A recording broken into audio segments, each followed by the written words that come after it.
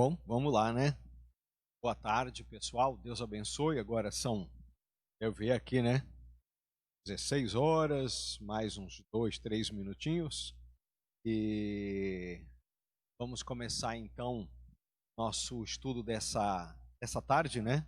Mais uma vez nessa devocional, e onde nós vamos falar a respeito da Epístola de Romanos.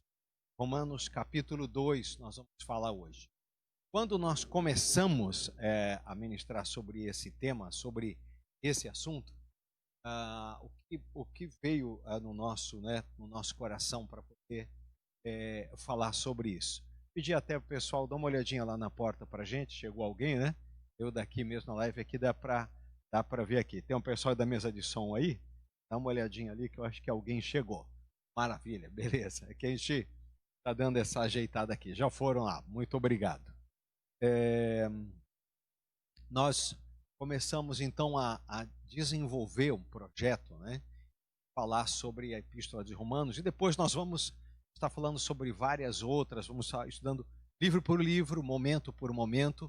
Eu gostaria de estar caminhando com você a respeito disso. Então, que Deus abençoe, seja bem-vindo nessa tarde, bem-vindo aí você que está em casa, bem-vindo pessoal que vai chegando aqui.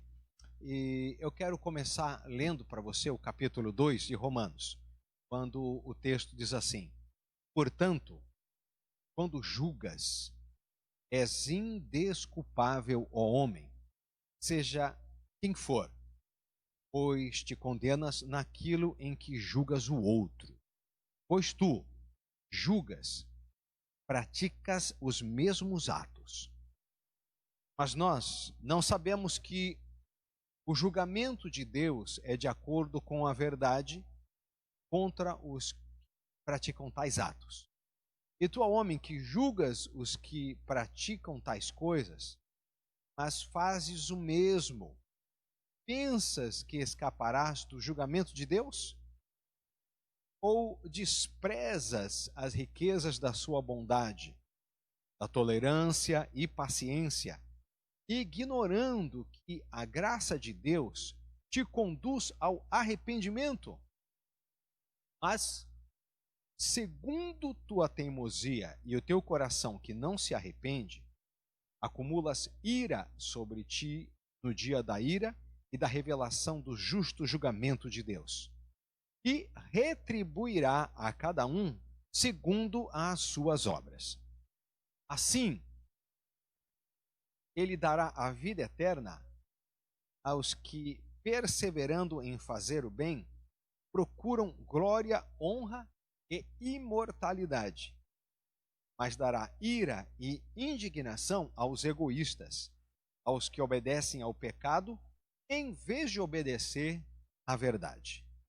E segue: trará tribulação e angústia a todo ser humano que pratica o mal, primeiro ao judeu e depois do grego. Mas glória, honra e paz a todo que pratica o bem, primeiro para o judeu e depois para o grego. Pois em Deus não há parcialidade, porque todos os que sem lei pecaram, sem lei também perecerão. E todos os que sobre a lei pecaram, pela lei serão julgados. Pois diante de Deus não são justos os que somente ouvem a lei, mas os que a praticam. Estes são justificados. Porque quando gentios que não têm lei praticam as coisas da lei por natureza, embora não tenham lei, tornam-se lei para si mesmos, demonstrando que o que a lei exige está escrito no coração deles, tendo ainda o testemunho da sua consciência e dos seus pensamentos, que ora os acusam, ora os defendem. Isso acontecerá no dia em que Deus julgar os pensamentos secretos dos homens por Cristo Jesus, segundo o meu evangelho. Muito bom, graças a Deus. Glória a Deus. Vamos caminhar nessa parte aqui, vamos caminhar nessa etapa. Irmãos, uma coisa que eu acho bastante interessante e da gente poder refletir aqui nesse momento, eu li para vocês Romanos agora o capítulo 2, né? É o fato de que Deus não, vamos dizer assim, não suporta, de maneira nenhuma ele permite absolutamente que nós sejamos juízes. O texto já começa assim: portanto, quando julgas é indesculpável. Mas, irmã, Deus abençoe. Quando julgas és indesculpável. Então o texto diz que exatamente naquilo que nós julgamos o outro, nós fazemos a mesma coisa. Eu acho interessante aqui a sinceridade e a clareza de Deus, pelo fato de que ele diz assim: no que vocês pensam que vocês são diferentes? No que vocês estão se baseando, estão se posicionando para achar que vocês são diferentes um do outro? E eu acho interessante que no último versículo aqui que eu li, no 16, diz assim, que vai chegar um dia que Deus vai julgar os pensamentos secretos do homem. Eu acho isso meio assustador, né? Pensamentos secretos do homem. Nós às vezes pensamos assim, aquilo que nós pensamos ainda não está valendo, né? Como prática, como ato em si. Mas nós sabemos que Deus, a Bíblia diz que Deus sonda os corações. Deus conhece aquilo que nós estamos pensando antes de chegar. Antes de vir, Deus já sabe. Então, todos esses primeiros 16 versículos, eu vejo que tem a intenção de fazer com que o ser humano desista de ser juiz, desista de acreditar que ele tem algo especial, de que ele é exceção à regra, e ele pode então colocar o dedo na cara de quem for. Porque a verdade é, se hoje de alguma maneira eu estou melhor que o meu irmão, melhor que a minha irmã, em determinada área de conduta, isso não significa que antes, na minha história passada, eu acabei não sendo igual ou até pior. E também a preocupação de estar em pé e continuar vigiando para não cair, ou seja, no futuro pode ser que isso que está acontecendo aqui pode bater na minha porta. E se eu ficar só como juiz dizendo, não, comigo isso não pega. Quanta gente a gente sabe que diz, não, comigo não, né? Eu estou, como diz, completamente vacinado e isso daí não vai chegar. Isso não tem possibilidade de acontecer na minha vida, na minha história. Isso daí está fora de cogitação. E a gente sabe que muita gente que disse isso acabou experimentando os tombos mais assustadores. Porque a gente acaba se iludindo, achando que não, eu não. Você vê hoje, infelizmente, pelas mídias sociais, maus testemunhos, quedas das mais absurdas, horrorosas, ações das mais assustadoras, praticadas por gente que era bacana, né? Gente que era muito firme, que tinha um resultado, que tinha uma credibilidade enorme. Eu fiquei pensando, mas então como é que pode isso, né? A gente anda com Jesus e não tem garantia de que pode acontecer em qualquer etapa da nossa caminhada um negócio muito feio. O que eu vejo, irmãos, sabe qual é?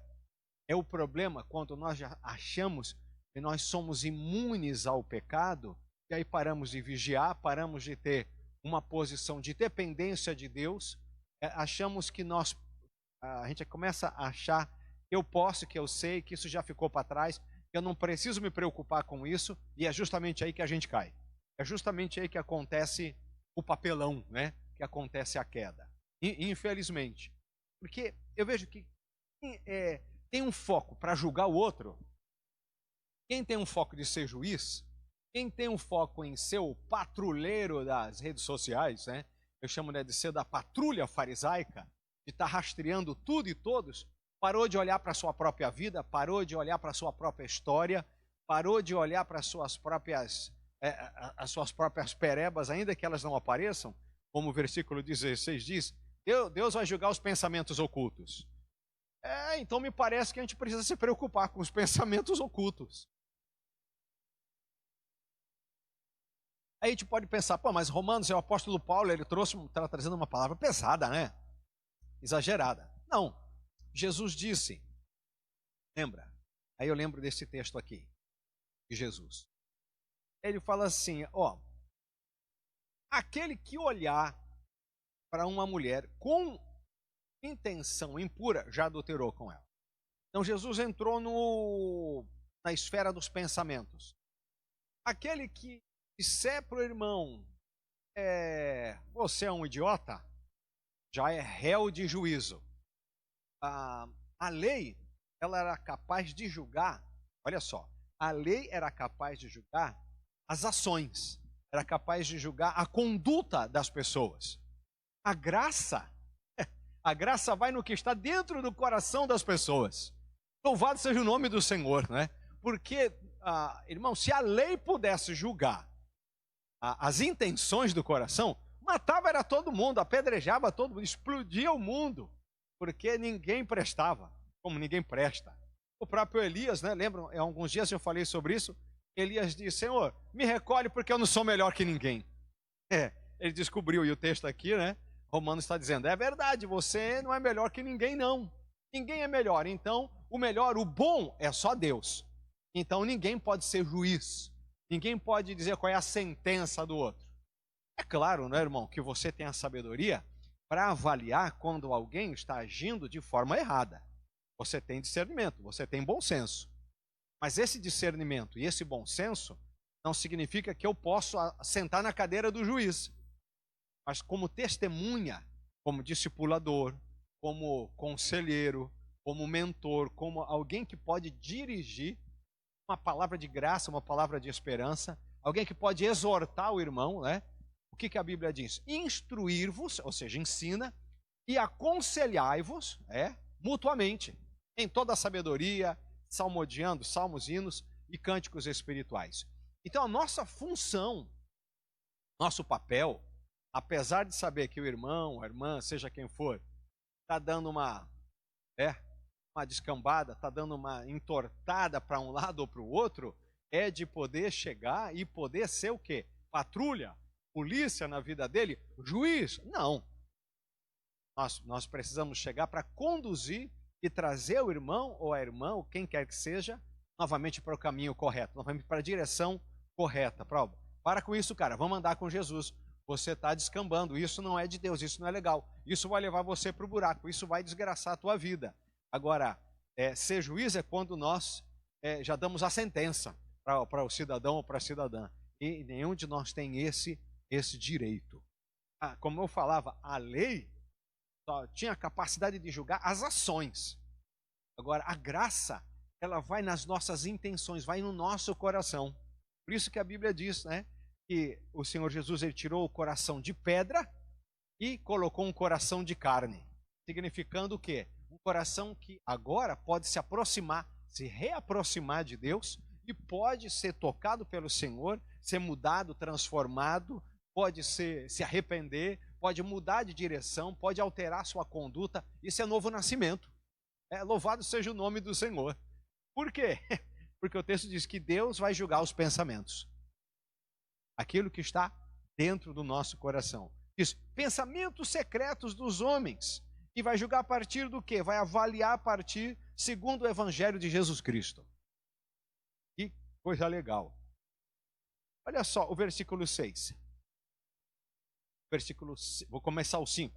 Mas segundo a tua teimosia e o teu coração que não se arrepende, olha, volta ao coração, arrependimento é sentimento interior. E o coração que não se arrepende, você acumula ira sobre você para o dia da ira e da revelação do justo julgamento de Deus. Esse é um problema. A resistência em se arrepender, voltar atrás, faz com que a gente esteja aumentando a conta corrente da ira. É um acúmulo de peso sobre a nossa vida. Isso pode ser resolvido pedindo perdão, acertando a vida, sendo restaurado, hoje e agora, dizendo sim para Jesus. E desistindo dessa teimosia, esse coração que não quer se arrepender. O texto diz, ele retribuirá a cada um segundo as suas obras. Então, nós sabemos que Deus vai retribuir a cada um segundo as suas obras. Meu irmão, você tem feito boas obras e você não tem sido reconhecido? Saiba de uma coisa, você vai receber a retribuição das mãos do Senhor.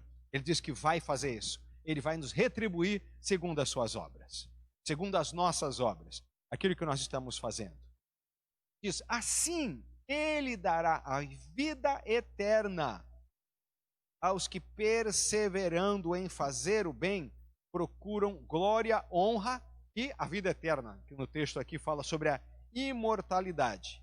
Mas dará ira e indignação aos egoístas, aos que obedecem ao pecado, em vez de obedecer à verdade.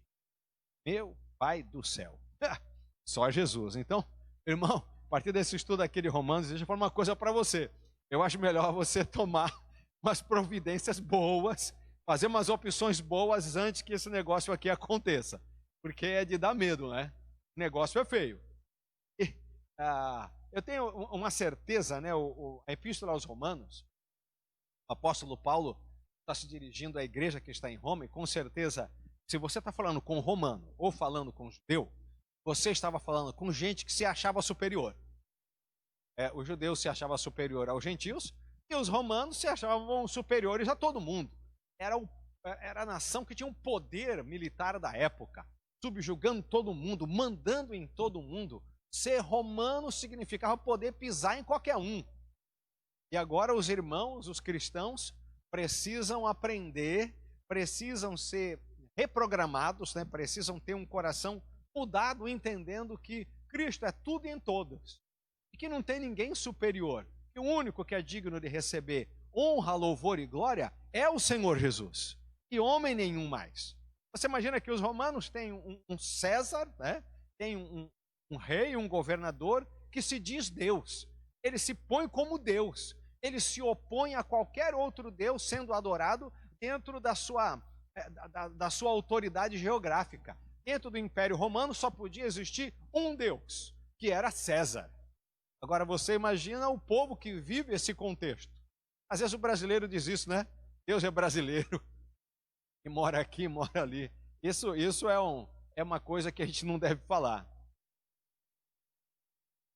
Porque isso acabou gerando e acaba gerando o quê? Um ufanismo, acaba gerando um orgulho, acaba gerando uma arrogância, uma soberba, que agora precisava ser reensinada. Irmãos, agora vocês são de Jesus. O apóstolo Paulo, em certo momento, diz, eu decidi não saber nada a não ser uma coisa, Jesus Cristo e esse crucificado. Ele sabia muito, ele tinha muito, mas ele diz, o que eu quero saber, o que eu sei, o que é o primeiro da minha vida é essa mensagem, Jesus Cristo e esse crucificado. E ponto final. Coisa maravilhosa. Quero continuar, versículo 17. De Romanos capítulo 2. Mas se tu te chamas judeu, e te apoias na lei, e te glorias em Deus, e conheces a vontade dele, aprovas as coisas excelentes, sendo instruído na lei, e estás convencido de que és guia dos cegos, luz dos que estão nas trevas, instrutor de ignorantes, mestre de crianças, que tens na lei a formulação do conhecimento e da verdade.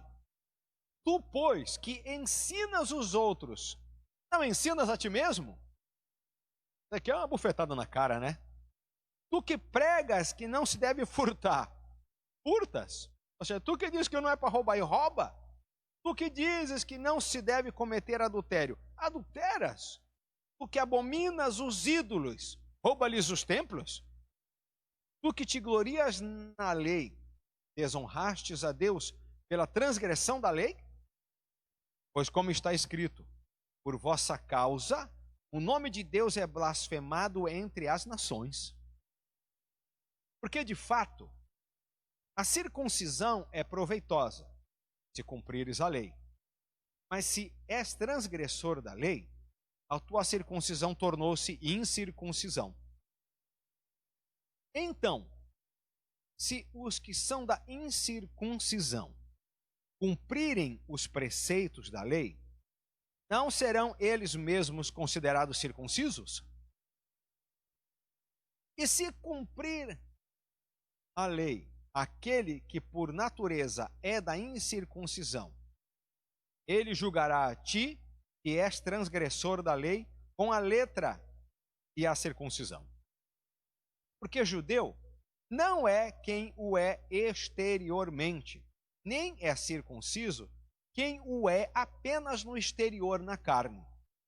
Mas judeu é quem o é no interior.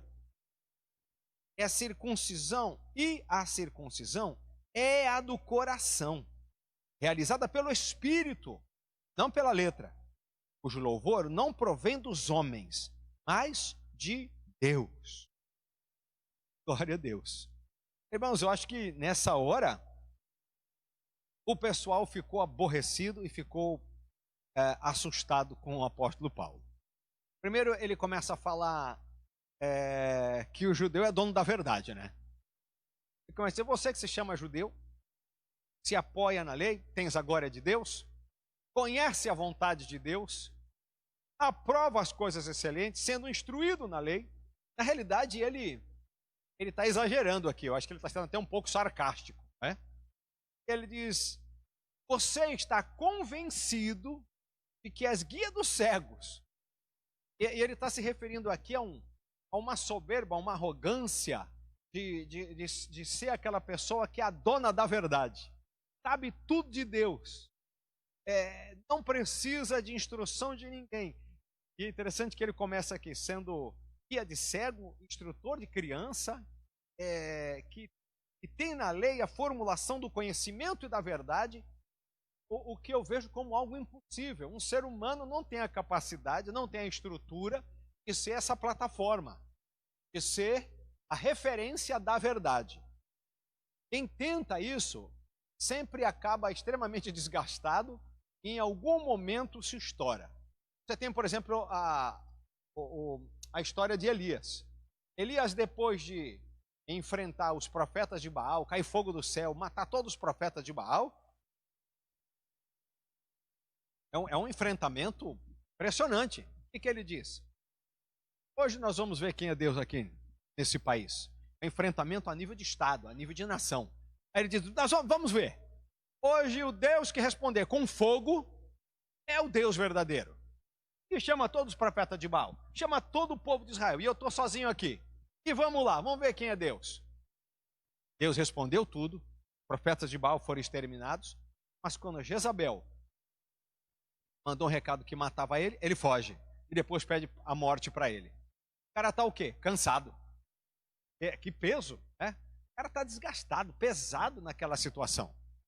Esse é o problema de ser guia de cego, mestre de criança, de ser o cara que tem a lei e que pode formular o conhecimento de toda a verdade, que ensina a todos. Porque isso é um fardo que ninguém consegue carregar. Carrega por um tempo, depois vem uma sequela, depois vem um desgaste. E o apóstolo Paulo está falando aqui,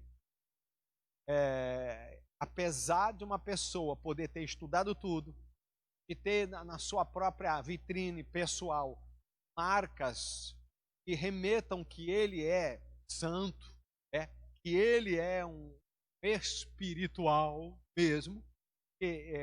O apóstolo Paulo começa a fazer um trocadilho aqui com os incircuncisos e os circuncisos, porque a circuncisão era a marca de um povo que pertencia única e exclusivamente a Deus. Essa era a marca do judeu. Se é judeu, quem são os judeus? O povo de Deus, o povo escolhido por Deus. E aí então Paulo diz, quem é judeu? Quem é o povo de Deus? É isso que ele está dizendo aqui. Quem é o povo de Deus? Aquele que se acomodou numa zona de conforto de ter uma aparência de crente? De ter uma aparência cristã? Mas por dentro não é?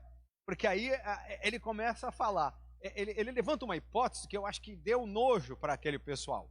Você pega um incircunciso, né? Alguém que é completamente banalizado no meio do povo de Deus.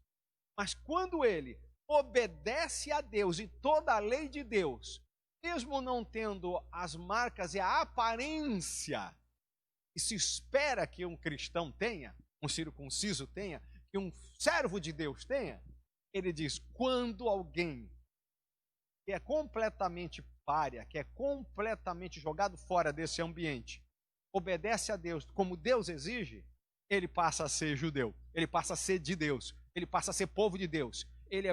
Deus olha ele e diz, esse é um circunciso. E aquele que tem todo o formato, né? Que quem olha na vitrine diz, esse é de Deus, esse é de Deus. Mas o coração dele, o interior, é totalmente comprometido. Aí o apóstolo Paulo está dizendo, Deus olha para esse e diz, incircunciso. E aí piora, porque diz assim, aquele lá que você acha que é incircunciso, vai julgar o que pensa que é circuncidado. Isso é uma vergonha. Eu imagino que isso deve dar um calafrio no povo que estava ali. E Paulo não fala besteira, porque eles viviam por aparência, eles viviam pela imagem, eles viviam por aquilo que eles conseguiam ver, aquilo que eles conseguiam enxergar. É assustador, mas ao mesmo tempo é libertador. Versículo 29, que é o último do capítulo 2 aqui, diz assim, judeu é quem, mas o judeu é quem o é no interior. Ou seja, filho de Deus, povo de Deus, propriedade de Deus, é aquele que é no interior primeiro.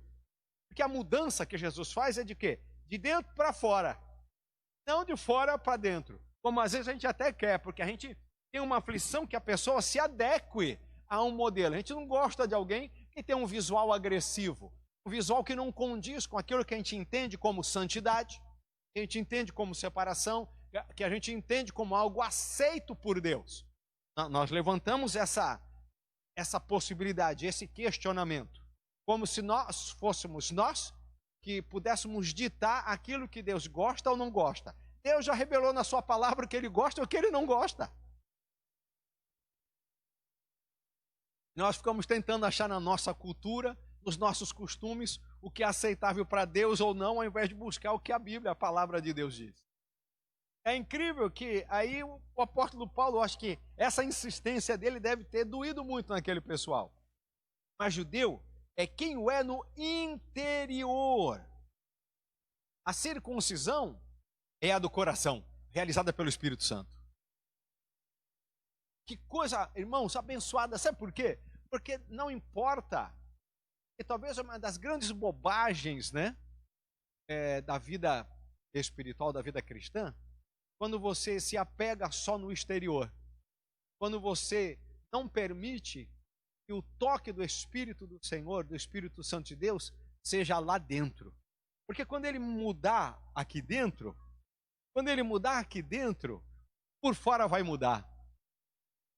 Vai mudar a conduta, vai mudar as ações, você vai deixar de ser juiz para ser testemunha, você vai passar a enxergar aquilo que você não enxergava, porque é de dentro para fora. O trabalho de Deus começa por dentro, e Deus quer circuncidar o nosso coração. Deus quer tocar, como a palavra de Deus diz, profundamente na nossa vida, na nossa história, na nossa estrutura. É isso que nós precisamos, e diz, essa circuncisão no coração é realizada pelo Espírito Santo. E não pela letra, não pela manipulação humana, não pelo que o homem pode construir ou formar.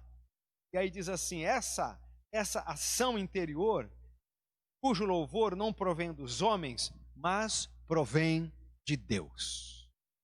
A minha oração é essa. Vamos orar. Meu Pai, em nome de Jesus, eu quero apresentar, Pai, esse capítulo 2 de Romanos.